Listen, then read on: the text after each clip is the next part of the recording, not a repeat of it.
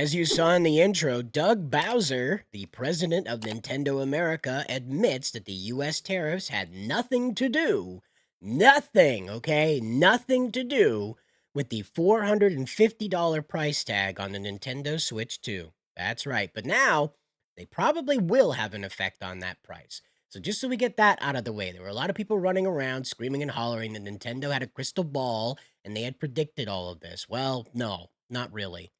We got The Verge asking the same question over here. Now, if you don't know, Vietnam is where the Nintendo Switch 2 is being manufactured, okay? It's not made in Nintendo, it's not even made in China anymore.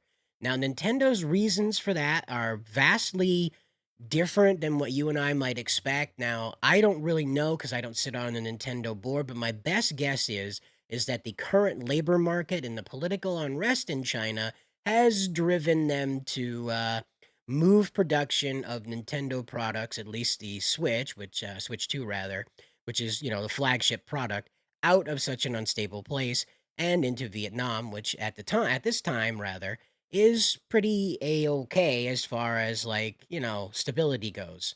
Again, no place on earth is a wonderful haven where everything's going great right now, but China's definitely a place that's experiencing a lot of trouble. Factories are being lit on fire by workers that are like very frustrated with a society that has left them behind. Hold it. It looks like 73% of you watching this aren't subscribed.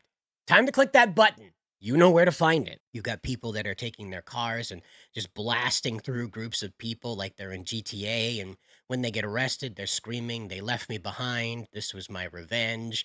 Ruin Nation is going around. The youth are doing this thing called Let It Rot, where they just don't engage.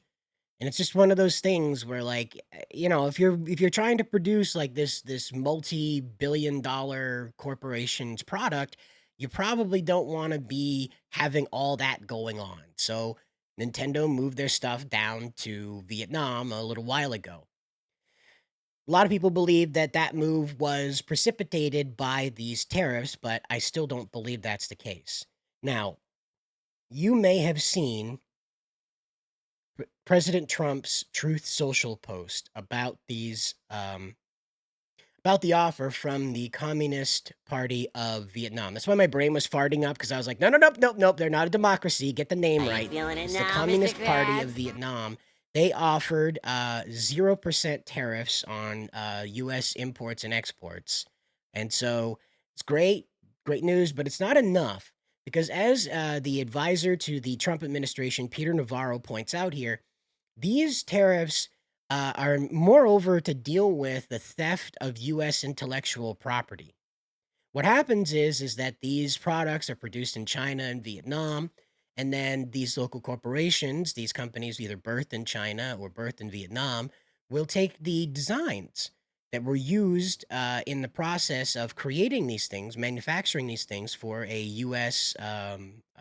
Producer and US creator, and then they will release something on Temu that is like some bootleg version. I have a bunch of these things. I absolutely love them. I just don't have them on this side of my office right now. I didn't think to bring it over. I'll bring it over for a stream, okay? We do a stream on Wednesdays, 8 p.m. here on Bounding Into Comics, right? It's called the 01 stream. You might see it advertised here and there. Tune in. The first hour is totally dedicated to Japan. We do that, call that Tokyo Happy Hour, and we talk about all that Japanese stuff that's going on, especially what's going on in their markets, what's going on in their influences as far as like the different Asian nations go.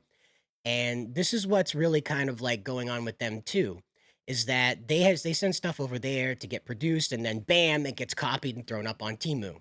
Okay. And it's not copied, okay? It's like some bootleg version of it. I have a Game Boy Advance that is packed inside of a PSP housing. So you have what looks like a PSP, you turn it on, it has a cartridge holder in the back for Game Boy Advance games, okay? It doesn't play the PSP mini discs. Doesn't have any clue what that is whatsoever. It's got like someone like 3D combined in the CAD system, a PSP and the back end of the clamshell Nintendo Advance there, the Game Boy Advance. I have one of those over there too. And it's not on side of the office. I'm sorry, I didn't think of it, but it doesn't open up. It just has the back end of it, like kind of like 3D CAD program rested in there, and then the machine printed it out. Whatever they used to make that, well, probably wasn't a 3D printer, but whatever they used to like stamp that plastic shape out, that's what it is, and it plays the 1,000,001 cartridge. Where like you have that version of Lion King from John Tron where Simba ends up necking himself there when you lose the game. But that's what this is about, is that Vietnam, like China, is another hub of this place where intellectual theft is happening, where people are like having their products that they created, like a novel new product, bastardized by these factories over there that are not at all beholden to US or Western copyright law. And so that's what the purpose of these tariffs are, is to begin talking about those things. The reason why that 0% tariff is not being accepted is that right there. Now, we do have a statement from Doug Bowser about why these games are costing so much to begin with before the tariffs ever came to be. And I'm just going to save you the trouble. The easiest thing I can tell you about this is that games that are considered Nintendo brand are going to cost $80 to $100. Just get comfortable with that one. Anything that they don't consider Nintendo brand will probably be like 40 to 50. All right. And that's now, what is Nintendo brand? Well, that's like Splatoon, Zelda, Mario, obviously, Sonic. Um, you're going to end up with those types of games. That's what they, when you get like a Nintendo presents kind of thing where those characters are all like together. Um, I wouldn't say Brawl, the Super Smash Brothers, is a good example of what they consider tentpole, because like they extend that. The Sephiroth's in it now. Like it's not anything to do with Nintendo. And that's what I mean, is that like those brands like Zelda, like Mario, like Sonic, they're gonna cost $80 to $100. But like games that are like Yasuke Simulator, those kinds of things that are more indie than anything else, they'll be down like $40 or less, that kind of thing. Games that are like in the middle there, that are like we saw the racing games that they had there, not the Mario Kart World game, but the other racing games that they have out right now, where you're like the little RC cars that run around and do that crazy stuff. And of course, the wheelchair game that you're going around and playing that oversized beach ball basketball game. Those will probably be somewhere between 40 to 60. That'll probably be your space where those games will rise. And again, like, I can't tell you for sure, because even Doug can't even tell you for sure. He gives you a whole bunch of gobbledygook about, we'll flip a coin. We'll see how it feels in our gut. We'll decide on the fly if it's going to be 80 to $100, or if it's going to be chump change. We'll decide. We'll decide. Meanwhile, they want to charge you $10 to give you a tour of how your Wii works. Oh my. How your Nintendo Switch 2 works. Okay, I've got Wii on the brain. I'm just thinking back to how like simple the Wii was, right? And it had revolutionized the concept of video games, but it was still very simple in how they introduced it. Now you've got all this falling all over itself, $10 to figure out how the damn thing works. And now, guess what? You can't even have achievements on it. In the year of our Lord, 2025, you can't tell your friends that you're playing Mario Kart and kicking ass in it. Okay? Now, they have the game chat, so your hairy friend that doesn't wear shirts when he plays Mario Kart, well, now you can see him on cam. So you got that sweaty, hairy guy there who's mad at you because he keeps getting in fourth, even though he's trying real hard, right? And he's screaming and hollering, and those man titties are just flapping all over the place. Yeah.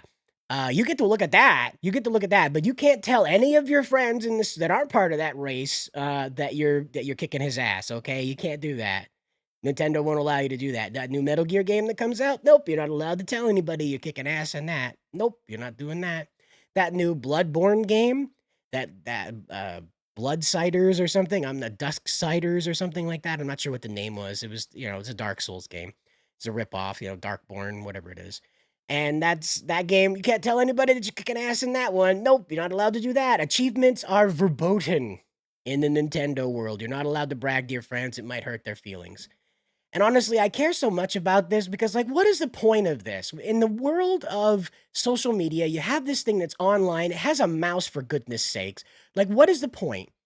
If you can't brag to people that you're using the Switch and you're having fun with the Switch, Why have online connectivity whatsoever? Why have web browsing whatsoever? Why have app download whatsoever? It's absolutely useless when it comes down to telling anybody that you're doing anything with the console, the gaming part of the thing whatsoever. Of all the things not to have in this.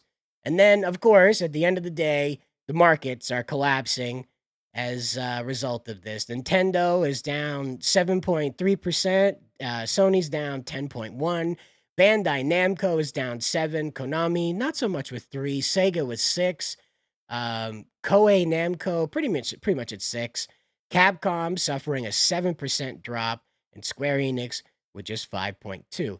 Now, of course, the mobile gaming companies are in kind of a free fall situation as well as these tariffs affect both sides of their production, as a lot of these are produced overseas. So not only is the game itself getting tariffed, but also the device that it's on. So you'll have to let me know down in the comments below what you think about all this. But until next time, guys, good luck out there.